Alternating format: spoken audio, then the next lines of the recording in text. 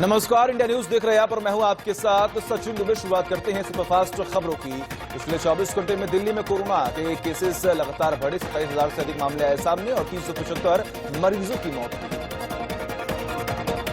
महाराष्ट्र में एक दिन में 32,919 नए मामले आए सामने और 828 की मौत हुई। भारत में कोरोना भी लगाम, अब तक के सारे रिकॉर्ड टूटे। 24 घंटे में 4,01,000 से भी ज्यादा लोग संक्रमित हुए। वहीं 3,521 लोगों की जान भी चली गई।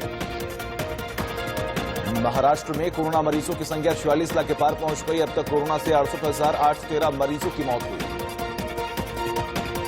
उत्तर प्रदेश में 24 घंटे में 34,372 नए मामले आए सामने। 332 मरीजों की मौत हुई। मध्य प्रदेश में 24 घंटे में 12,400 नए मामले आए सामने। आज 24 घंटे में 97 की मौत हुई।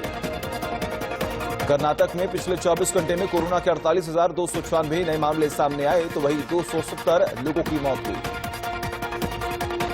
चंडीगढ़ में कोरोना के 724 नए मामले रिपोर्ट किए गए। कुल मामलों की संख्या 42,647 हो गई। छत्तीसगढ़ में 24 घंटे में 14,994 केस आए सामने। वहीं 269 मरीजों की कोरोना से मौत भी हुई।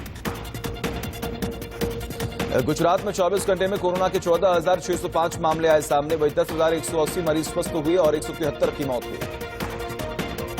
तमिलनाडु में 24 घंटे में कोरोना के 18,692 नए मामले आए सामने। वहीं 16,007 मरीज स्वस्थ भी हुए। राजस्थान में 24 घंटे में 17,155 नए मामले सामने आए। 10,034 मरीज स्वस्थ हुए और 155 मरीज की मौत हुई। उड़ीसा में पिछले 24 घंटे में कोरोना के 8,681 नए केस आए सामने तो वहीं 24 घंटे में 14 की मौत हुई।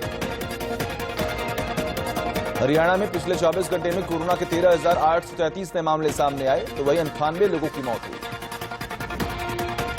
केरल में 24 घंटे में कोरोना के 37,199 नए मामले सामने आए तो वहीं 17,500 मरीज स्वस्थ हुए। 49 की मौत हुई। दिल्ली के मुख्यमंत्री अरविंद केजरीवाल ने लोगों के फ्री वैक्सीन देने का दावा किया। दिल्ली में 3 महीने में सभी को टीका लगाने का लक्ष्य है।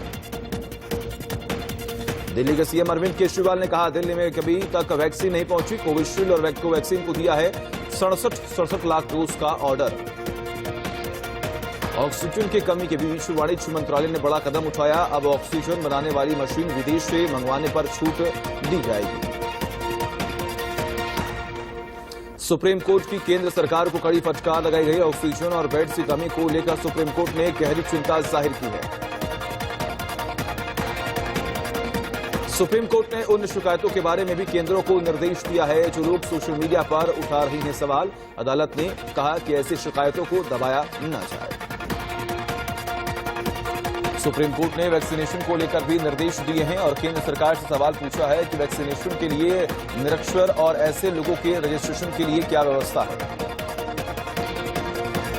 वैक्सीन पर सुप्रीम कोर्ट ने कहा है कि राज्यों को कितनी वैक्सीन देनी है इस पर फैसले की आजादी कंपनियों को न मिले। केंद्र खुद ही सारे डोज क्यों नहीं खरीद लेता। कोरोना संकट पर सुप्रीम कोर्ट ने केंद्र से इलाज की पूरी जानकारी मांगी है। सुप्रीम कोर्ट ने पूछा, जरूरी दवाओं का उत्पादन और वितरण क्यों नहीं हो पा रहा है। उत्तर प्रदेश के सीएम योगी आदित्यनाथ की कोरोना रिपोर्ट नेगेटिव आई है। इसकी जानकारी सीएम योगी ने ट्वीट कर दी है। कोरोना से बिगड़ते हालात को लेकर पीएम मोदी ने कैबिनेट मीटिंग की। इस दौरान पीएम ने मंत्रियों से कहा, लोगों के संपर्क में रहें और मदद करें। महामारी से सबको मिलकर लड़ना होगा।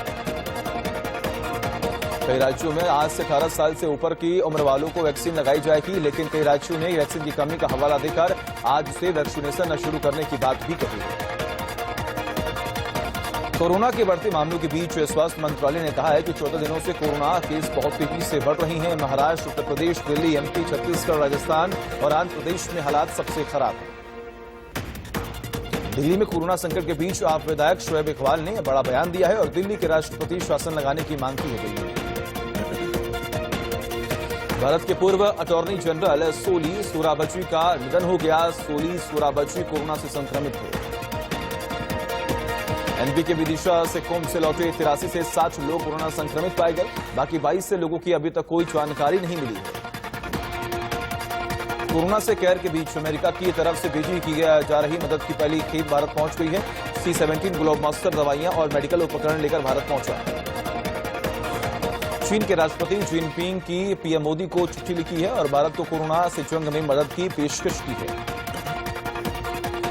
राज्य में कोविड-19 के बढ़ते मामलों के बीच पश्चिम बंगाल सरकार ने सभी shopping mall, beauty parlour, cinema hall, restaurant, bar, sports complex, gym, spa, swimming pool को बंद करने का आदेश दिया है।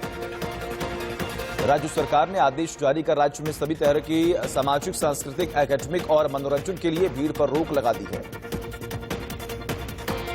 राज्य सरकार ने यह भी ऐलान किया है कि बाजार सुबह 7 बजे से 10 बजे तक और दोपहर 3 बजे से शाम 5 बजे तक बंद रहेंगे। लखनऊ से बेहद हैरान करने वाला मामला सामने आया, जहां पर 2 किलोमीटर तक शव को ले जाने के लिए एम्बुलेंस चालक ने पीड़ित से 16,000 रुपए लिए। महाराष्ट्र के धूले से सबसे शर्मनाक तस्वीर सामने आई। अस्पताल कर्मचारी मृतक कोरोना मरीज की जेब से पैसे निकालते हुए देखा गया। हिमाचल प्रदेश के पूर्व सीएम वीरभद्र सिंह सांस लेने की दिक्कत होने के बाद शिमला के आईजीएमसी मेडिकल कॉलेज में भर्ती कराए गए। कुछ दिन पहले ही वीरभद्र सिंह की कोरोना रिपोर्ट पॉजिटिव आई थी। मध्य प्रदेश में छोटे व्यापारियों के खाते में राज्य सरकार ने 1,000 रुपए की राशि डाली है। मुख्यमंत्री शिवराज सिंह चौहान ने 3 महीने तक गरीबों को निःशुल्क राशन देने का भी ऐलान किया है। ग्रेटर नोएडा के जिम्स अस्पताल के बाहर एक महिला ने ऑक्सीजन न मिलने के कारण दम तोड़ दिया। महिला घंटों अस्पताल के बाहर तड़पती रही, लेकिन उसे एडमिट नहीं किया गया। जलगांव में पुलिस ने आईपीएल मैच पर सट्टा लगाने वाले के यहां छापेमारी की। पुलिस ने इस दौरान सट्टे का सामान और कैश जो है वो बरामद कर लिया। मुंबई के चाकेश्वर इलाके में मेडिकल स्टूडेंट ने 5 साल की बच्ची के साथ दुष्कर्म किया। परिजनों की शिकायत पर पुलिस ने पॉस्को एक्ट के तहत मामला दर्ज कर आरोपी को गिरफ्तार कर लिया। लखनऊ में अशोक सिनेमा के पास एक लकड़ी के गोदाम में भीषण आग लग गई। वही सूचना मिलने पर फायर ब्रिगेड की टीम मौके पर पहुंची और घंटों की मशक्कत के बाद आग पर काबू पाया। अमेरिका में पिछले 24 घंटे में 49,187 नए मामले सामने आए। वहीं 606 लोगों की मौत भी हुई। फ्रांस में 24 घंटे में कोरोना के 24,299 नए केस आए सामने। वहीं 24 घंटे में 276 की मौत हुई। ब्राजील में पिछले 24 घंटे में 66,125 मामले सामने आए। वहीं 2,364 की मौत हुई। स्पेन में 24 घंटे में कोरोना के 9,135 केस सामने आ चुके हैं। वहीं 136 की मौत हुई। अमेरिका ने भारत में कोविड-19 के नए और खतरनाक वेरिएंट को देखते हुए एक सख्त फैसला लिया है। जो बाइडेन एडमिनिस्ट्रेशन ने 4 मई से भारत से आने वाले लोगों पर रोक लगा दी है। यूरोपीय यूनियन की संसद ने पाकिस्तान के खिलाफ एक अहम प्रस्ताव पास किया। प्रस्ताव में कहा गया कि पाकिस्तान में कट्टरपंथी बेहद हावी है। पाकिस्तान को दिया गया विशिष्ट व्यापारिक दर्जा तुरंत प्रभाव से खत्म किया जाए। इजराइल में एक धार्मिक पर्व के दौरान भगदड़ मचने से कम 44 लोगों की मौत हो गई। वहीं घायल हुए 103 लोगों में से 38 की हालत गंभीर बताई जा रही है। पुर्तगाल में दुनिया का सबसे लंबा पैदल यात्री हैंगिंग ब्रिज खोल दिया गया। पाइवा नदी से 175 मीटर ऊपर बने इस पुल की लंबाई 1,693 फीट है और इस पुल को बनाने में 28 लाख डॉलर रुपए खर्च हुए हैं। लेबनान में कुरौन झील में प्रदूषित जल की वजह से हजारों टन मछलियां की मौत हो गई हैं। पर्यावरण कार्यकर्ता कई वर्षों से सीवेज और वेस्ट के कारण झील के प्रदूषित होने की चेतावनी दे रहे थे।